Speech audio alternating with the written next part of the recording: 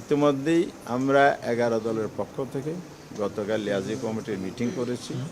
শীর্ষ নেতৃবৃন্দের সাথে আলাপ করে আমরা আগামীকাল 16ই ফেব্রুয়ারি ঢাকার রাজপথে বাইতুল মোকাররম উত্তর গেট থেকেই আমরা প্রতিবাদ সভা এবং বিক্ষোভ মিছিলের ঘোষণা দিয়েছি। কারণ হচ্ছে এই সহিংসতা বন্ধ করতে হবে। বিকাল 4:30টায় জনগণকে সাথে নিয়ে আমরা এটা প্রতিবাদ করতে চাই। এত যে না থামে তাহলে আমাদেরকে রাজপথে আরও আগাতে হবে। আমরা চাই না রাজপথে রাজনৈতিক বিষয় সমাধান করতে হবে। দেশে একটি পার্লামেন্ট গঠিত হয়েছে, হয়তো 2 দিন পরে শপথ হবে।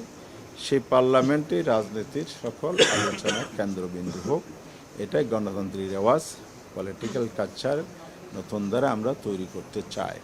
কিন্তু যারা অধিক সংখ্যক আসনে বিজয়ী হয়ে সেই পথে না হেঁটে অসুস্থ পথে যেতে চান, জনগণ সেটা মেনে নেবে না। জনগণকে সাথে নিয়ে আমরা এটা রুখে দেবো ইনশাআল্লাহ।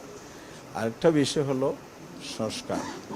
খানা ভোট হয়েছে, এখানে অবাক হওয়ার মতো বিষয়, বিভিন্ন আসনে আপনার ধানের শীষ প্রার্থী বা তাদের জোটের প্রার্থী যা ভোট পেয়েছে না ভোট পড়েছে সেই পরিমাণ। তাহলে সংস্কার সবাই মিলে করার জন্য আমরা জুলাই সনদ রচনা করলাম, কিন্তু ভোটের রেজাল্টটা এরকম হয়েছে কিভাবে, এটা দেশবাসী অবশ্যই বিবেচনায় আনবে আগামী দিনে। তবে আমরা এই জায়গায় স্পষ্ট করতে চাই, অনেক রক্তের বিনিময়ে জুলাই সনদ তৈরি হয়েছে, অনেক চেষ্টা, অনেক শ্রম সাধনা, রাষ্ট্রীয় কোষাগারের অর্থব্যয়, অনেক মানুষের অনেক সময় স্যাক্রিফাইস করার মধ্যে দিয়ে এটা হয়েছে।